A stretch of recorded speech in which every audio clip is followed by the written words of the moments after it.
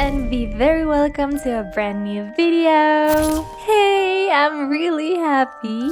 Welcome to Paulettee Renew. I know this year we couldn't get a new look in January because we had a lot of pre-filmed videos, but starting March we decided to do a complete makeover of Paulettee's image. It's been more than 1.5 years since we made a change, especially on the set, friends. I'm so happy. I love this set. I think it's my favorite one from all the seasons we've had in Paulettee. This one is much more sober. I like how it looks. I did everything, but my editor helped me with the idea. Greetings to Juan, he's truly the best. But anyway, I got all of this. I did all the drawings from behind. I don't know, I find it much more beautiful than the majority we had. A lot of more minimalist, I don't know. It seems to me that it goes more with this style and how Paulettee has been evolving, and I find that amazing. I want to know in the comments if you like the new set, and it's an honor for me to introduce it to you after such a long time. Well, and Paulettee comes with a lot of things this year, a lot of new sections, and soon next week, one new section is going to begin, which is about interviews with some amazing people. I'm going to leave trailers on my social media and on the channel so you can expect it and be aware more or less about what that new section is about, but also it's going to be awesome. And well, I don't want to draw this longer, so let's begin.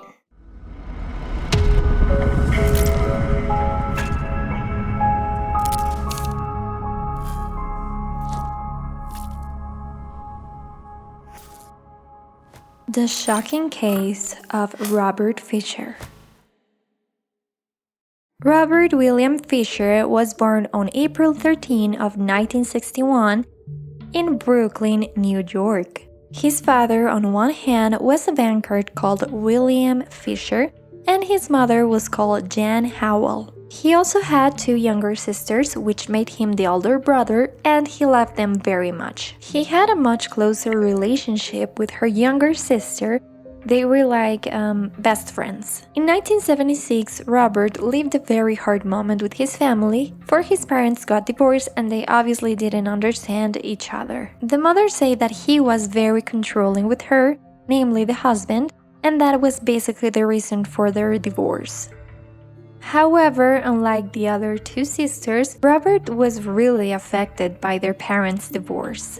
He didn't understand why it was happening, and that it was something really important in his life, which he tried to understand, for it was undoubtedly unexpected. He had his parents together for so long that the separation hit him harder than his sisters. After graduating from school, he decided to enlist in the military service in 1979 as a non-commissioner officer for the U.S. Navy. And that's how eventually, in 1987, he meets Mary Cooper, who becomes the love of his life, and they obviously get married. From then on, he started doing various things, for he didn't have a set profession. At some point, above everything, he wanted to be a firefighter, but he had a back lesion and couldn't keep going. He studied or accumulated experience in other fields like the surgical catheters one. And then he professionally dedicated himself to being a respiratory therapist. Besides, Robert really liked fishing, hunting, and all of the outdoor activities. He understood really well the nature, and let's say that it was a big hobby of his. When he marries Mary, they settle down in Scottsdale, and there they buy a house for $80,000 to form a family. Regarding Mary Cooper, what a little is known is that she was a woman who really loved her home, and she was also very passionate. She was a very religious person, as Robert was. Let's say they grew up in homes where the Christian education was very important. They were firm believers in the church. Given that, they decided to do some services work within the church and be part of a very active community. Their first daughter, Brittany, is born in 1991, and a year later they had their second child, Bobby. Let's say that they are a really happy family, they are very educated, and the kids are also raised following the Christians' beliefs.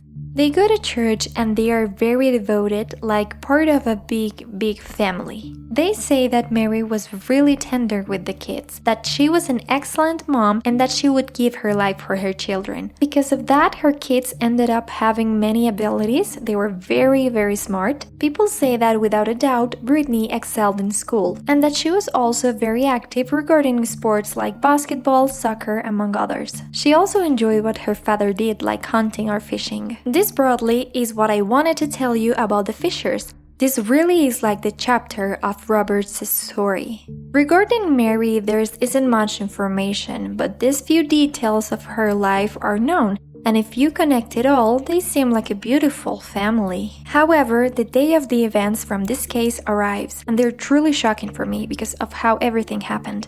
It was April 10, 2001, when at 8:30 in the morning, the police start receiving various emergency calls as the one that follows.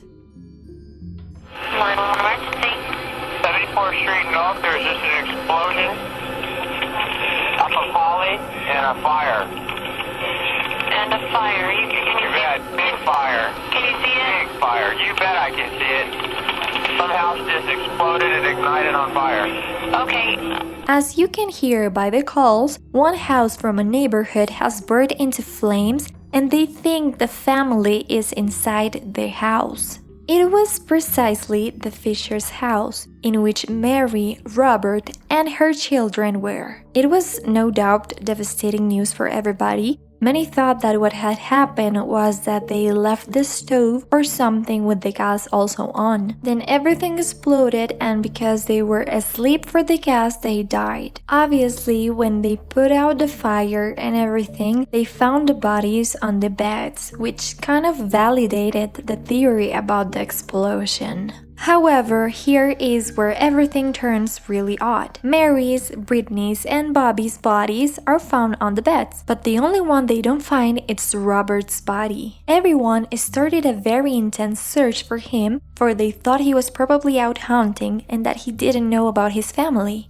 They obviously wait for hours and hours for him to come back to assert if he knows the tragic news of his wife and son's passing. However, several hours, days, and weeks pass in which Robert is completely missing. The police begin investigating to discover his whereabouts, but evidently for the way he's acting, he becomes the prime suspect of the crime against his own family. And now, what really happened? I'm going to tell you more or less what the police start to find sometime later. The neighbors informed that the night before what happened in the house, they heard about 10:30 p.m. a really strong argument between Mary and Robert. What happens? This wasn't new for any neighbor, for they normally heard them fighting a lot, knowing they weren't really the perfect marriage that most say they were. Some years before, Robert, after his lesion, which I told you he got in an accident, went to get some massage to ease the pain. That weekend, Mary was on a retreat with the kids, and for that reason, Robert decides to go to get the massage. What they didn't know was that according to what it is said, he actually didn't go to get a massage to a conventional place, but to a brothel. Some people say that, others simply say that he went to meet a woman with whom he previously had an kind of affair. This obviously created a sense of guilt for him because Robert was deeply Christian in his being, so to speak, and he eventually told Mary that he had cheated on her. This created many problems, and for her it was a very painful moment. She tried to kick him out of the house, but in the end, after several days of talks, they were able to solve it. And what they decided to do was to go to the church's marriage therapy to try to work it out. They went for several months and it apparently worked fine for them. However, they kept having the usual fights, and the neighbors say that they heard one of those many fights the night prior to the events, and they didn't find it odd. They did say that Mary was the one that usually screamed more than Robert. They almost never heard Robert's voice in the argument, that it was always Mary telling him she deserved something better, that she was wasting her time, that she didn't know what she was still doing there. Very strong comments for a relationship that they were trying to save. She had inside of her that pain because of the cheating. While they kept investigating, the police found out that at an ATM close to the events, it was filmed at 10:45 p.m. an image of Robert withdrawing money from that ATM. There, he withdrew $280, and in the background, you could see the Toyota 4Runner that belonged to his wife. Many people have theories about why this man was withdrawing money at that hour and in such quantity. Let's say that $280 doesn't seem like much, but according to what the police said, it was the maximum amount that he was allowed to withdraw on those days. And he took how much he could from the ATM. What they discovered eventually is that the murders had happened before because they didn't die because of the fire. And I'm going to explain that to you. Basically, when they performed the autopsies on the burned bodies of Mary and the two kids, they found out that Mary had been hurt in two ways. Her neck had been cut almost to the point of decapitation, and she had been shot in the head. The kids also had their necks cut almost to the point of decapitation. This happened, they said, on the night that the neighbors heard the fight. Many say that the screams they heard were from the moment in which they were being murdered and not because of the argument itself. The bodies were found in the morning for around 10 hours passed since they died until the house burst out into flames. How did the house explode, they discovered? Basically, it is said that the gas was left on in the house oven. In the hall, he left a lit candle that eventually, in the course of the 10 hours that passed while their house filled with gas, resulted in the imminent explosion of all their place and, well, all their house. As I've told you, Robert becomes the prime suspect, especially because he escapes after all of this. He never appears again and it's evident for the police that he was involved. Many thought that because of his knowledge as a firefighter and his training in medicine, he would be able to make sure not evidence that pointed at him will be found. They thought that he thought in his mind that everybody will think he was also in the house and that because of the magnitude of the fire, his body would have been completely consumed. So many people say that this was like his alibi to get out of the situation. However, he knew that one way or another the police was going to find everything, but that his plan will give him enough time to escape.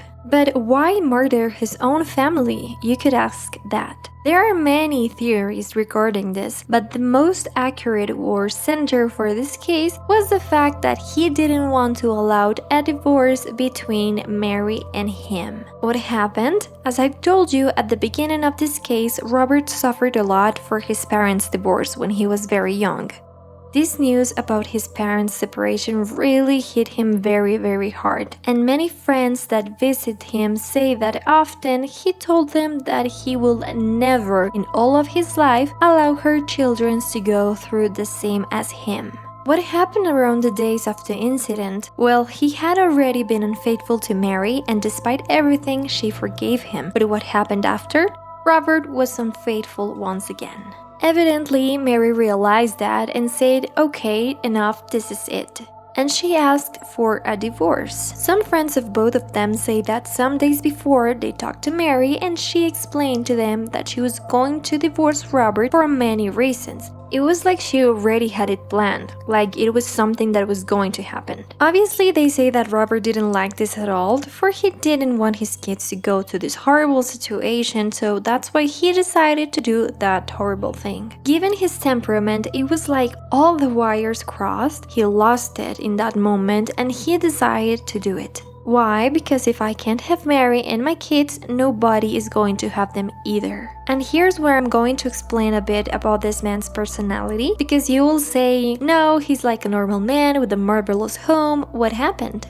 Well, this wasn't really a sudden moment in which something strange happened in his head. He went crazy and wanted to murder all of his family. Actually, Robert, through his life, had some very particular behaviors that some started to see just after everything of this happened. On one hand, he had a great and extreme passion for hunting. Many friends that went with him to this plant saw that on one occasion, after he killed an animal after hunting it, He took this animal's blood and started painting all of his face and body with it, spreading all over him, which was something supremely odd and weird. On the other hand, one time he was fishing, his friends say that he dove into the water with a knife between his teeth and started swimming against the fish, starting to stab them so he could fish them, which is something that I just don't understand.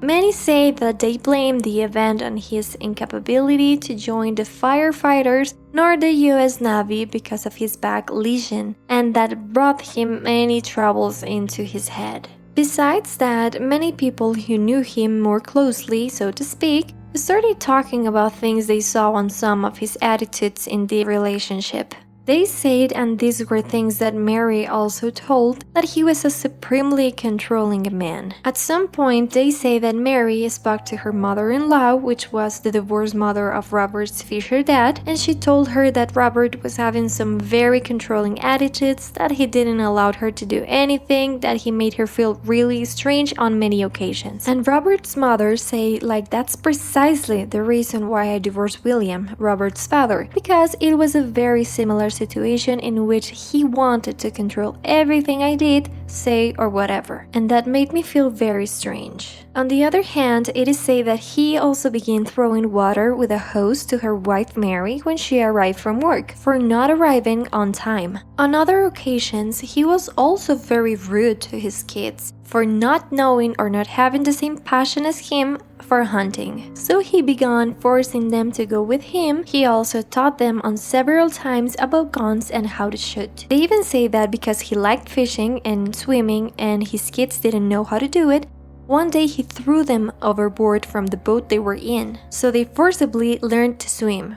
I mean, what? It is also said that on another one of those occasions in which he went hunting, he came close to a family that was having a picnic, grabbed his gun and started shooting to the air to frighten them. And what slowly started to bring them apart was that he stopped going to the marriage counseling sessions that the church provided, and all that caused that the relationship and their marriage kept going down and down.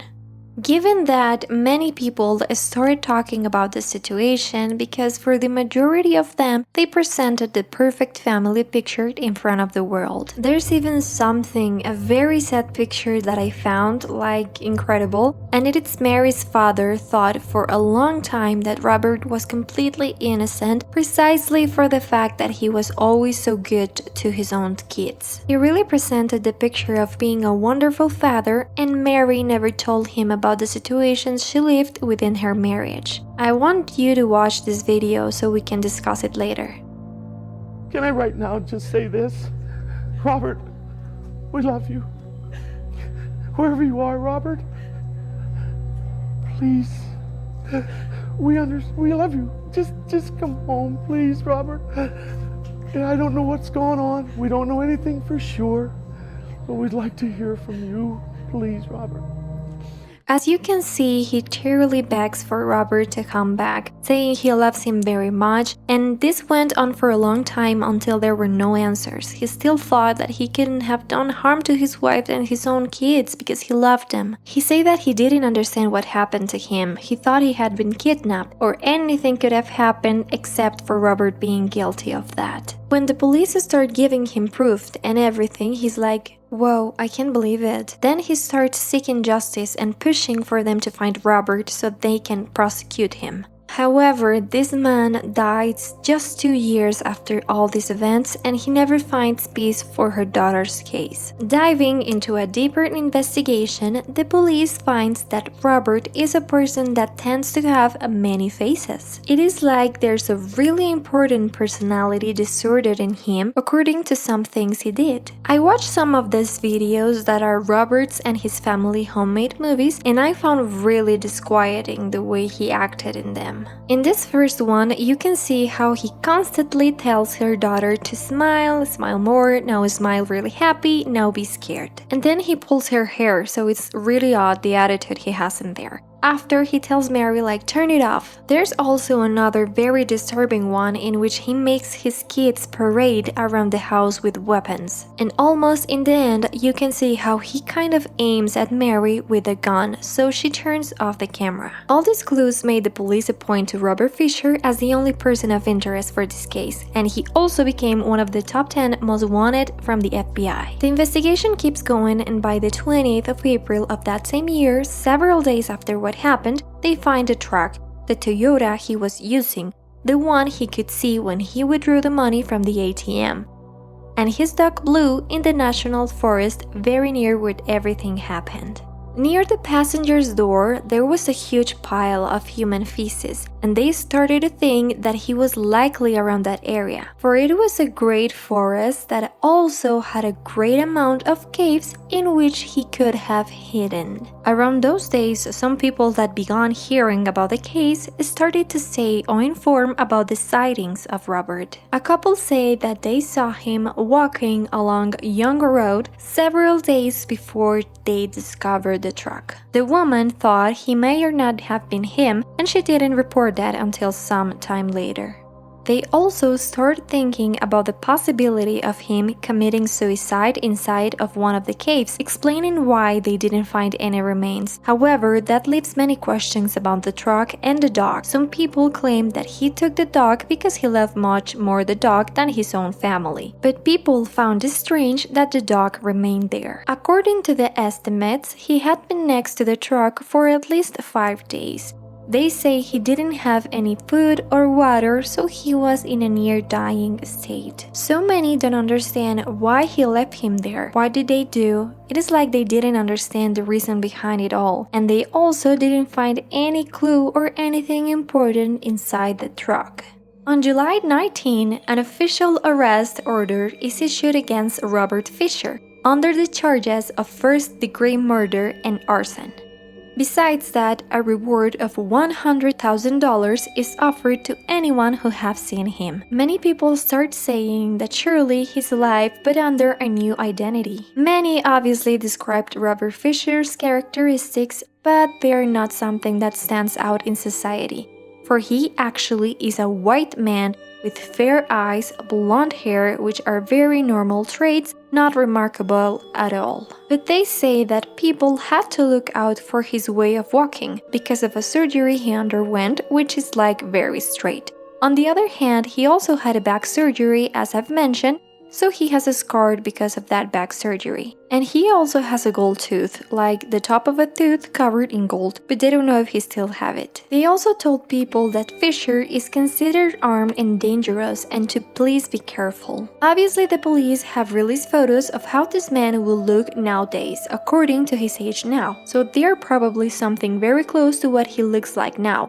unless he's done something to change that. Also, the police started asking itself if he had planned the murder deliberately, but they discovered that it was unlikely. His actions spoke of a kind of suddenness within the act, but also of him possibly running away so they could never catch him. One truck driver said that he helped a man who looked like Robert to get out of a hole in which the car he was driving was stuck. There was also another testimony from a place called Right Dinner, which is kind of a bar where they say a man entered with a woman. Well, she went to the bathroom, he ordered a drink, and the woman who saw him said he was very alike. She said that as soon as he took the drink, he went to a place in the bar that was like a fireplace and kept staring at it for a long time. The woman leaves the bathroom, goes to him, and it seems like they argue. Around that night, a woman said that another woman came to her hostel asking for shelter, for her boyfriend had just broken up with her and she didn't know what to do. The woman in the bar and this other woman share very similar physical traits, so people say that somebody probably helped him escape for the fact that he had it very easy and they never found him. It was probably one of his affairs that was just starting. Despite everything, the police think that it was unlikely that he was a person who would have stayed living in the outdoors. Despite he liked to hunt and fish and everything, he wasn't the most skilled to survive for such a long time hidden in the forest. And well, many seriously consider the idea of his suicide because it's really common for someone that committed a crime against his family to end up taking his own life hours later. Still, they haven't found the body. And let's say that the biggest theory about his whereabouts is that he's probably in South America. Many think he's in somewhere in the borders with Mexico where there's no much control, where it's easy for him to pay in cash and not need credit cards, where he can also seek a different life. Others think that he is in Brazil working with the medical knowledge he had. And another people think he could be in Guatemala, for they say that in 2009, a woman was visiting that place. She takes some pictures like when you take selfies being a tourist, and behind you could see a man. That man came to her and asked her why she was taking photos of him, what was her intention, and asked her to give the camera to him to delete everything. While she looked at him, she realized he looked very alike to Robert, but she only reported it sometime later. She says the police received that photo she took, and many say it wasn't him but that he looked like him. Also, in 2001, a man called a TV show called Most Wanted and said that he was Robert Fisher, that they would never find him, but the police think that that call wasn't made by him. Another interesting thing happened in 2004 when another suspect arose in Canada. It was a man whose physical appearance was almost identical to Robert Fisher's. To identify him, they called a former neighbor of Robert, and when he entered the room, there was a very surprised expression on the face of this man. He said like, "He's Robert Fisher, that's his voice, his way of looking, arrest him, please don't let him go." They did a proper interview to the neighbor, and then he left and said, "Just please don't let him go, he's Robert Fisher." They kept testing him. He coincidentally had the same back scar, coincidentally had the same hole for the gold tooth, although the tooth was gone, but there was a hole. However, when they tested the fingerprints, they didn't match to Robert Fisher. This was a great letdown, for they found it wasn't him, that he wasn't on the database, that it was another man and that has his own records. Even his mother went to the police and said, "This is my son, I don't understand the mix-up, that's enough." That said, it can happen that many people look alike to others. Some think that it was probably Robert who had altered his fingerprints, but it is unknown.